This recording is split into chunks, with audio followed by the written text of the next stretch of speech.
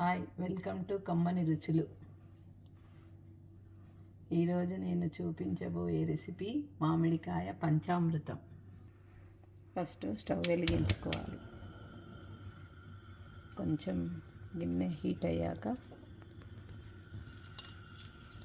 తగినంత ఆయిల్ వేసుకోవాలి.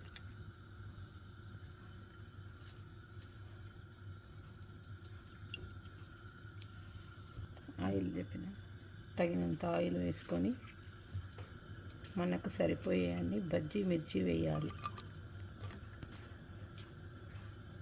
ఆయిల్ వేసుకొని బజ్జీ మిర్చి వేయాలి. మనకు తగినన్ని వేసుకోవాలి. అవి కొంచెం ఫ్రై అయిన తర్వాత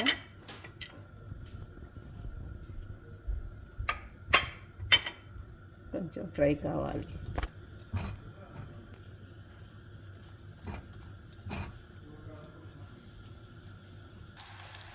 అందులో కొంచెం జీలకర్ర, కొన్ని ఆవాలు, కొంచెం పసుపు వేసిన తర్వాత జీలకర్ర చిటపట అన్న తర్వాత మనం కట్ చేసుకున్న మామిడికాయ ముక్కలు. ఇవి కొంచెం పుల్లగా ఉంటేనే టేస్ట్ ఉంటుంది. ఇవి కొంచెం ఫ్రై అయిన తర్వాత ఒక కప్పు వాటర్ పోసుకోవాలి. అందులో తగినంత సాల్ట్, మనకు తీపి తగ్గట్టు బెల్లం వేసుకోవాలి. కొంచెం పుల్లగా ఉండాలనుకున్న వాళ్ళు బెల్లం వేయకున్నా పర్లేదు. ఇవి మంచిగా మెత్తగా మగ్గాలి. కొత్తిమీర, కరివేపాకు వేయాలి. వేసిన తర్వాత కొంచెం మామిడికాయ ముక్కలు మగ్గాలి. ఇప్పుడు మామిడికాయ మగ్గిందో లేదో చూడాలి.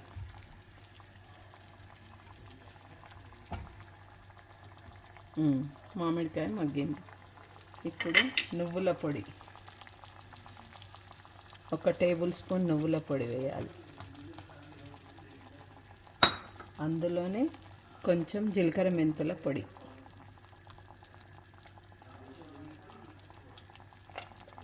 వేసిన తర్వాత కలుపుకొని కొద్దిసేపు మళ్ళీ మరిగించుకోవాలి.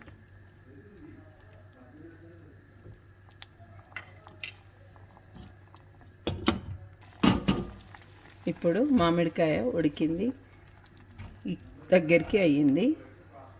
ఈ పంచామృతము దేవుడికి పెట్టే పంచామృతం ఎంత పవిత్రంగా ఉంటుందో ఈ మామిడికాయ పంచామృతం అంత కమ్మగా ఉంటుంది. ఇది మా వదిన గారు చెప్పారు. దీన్ని తప్పగా ట్రై చేయండి. కమ్మని మామిడికాయ పంచామృతం తీయగా పుల్లగా ఉంటుంది. మామిడికాయ పంచామృతం రెడీ. దీన్ని కొత్తిమీరతో గార్నిష్ చేయాలి.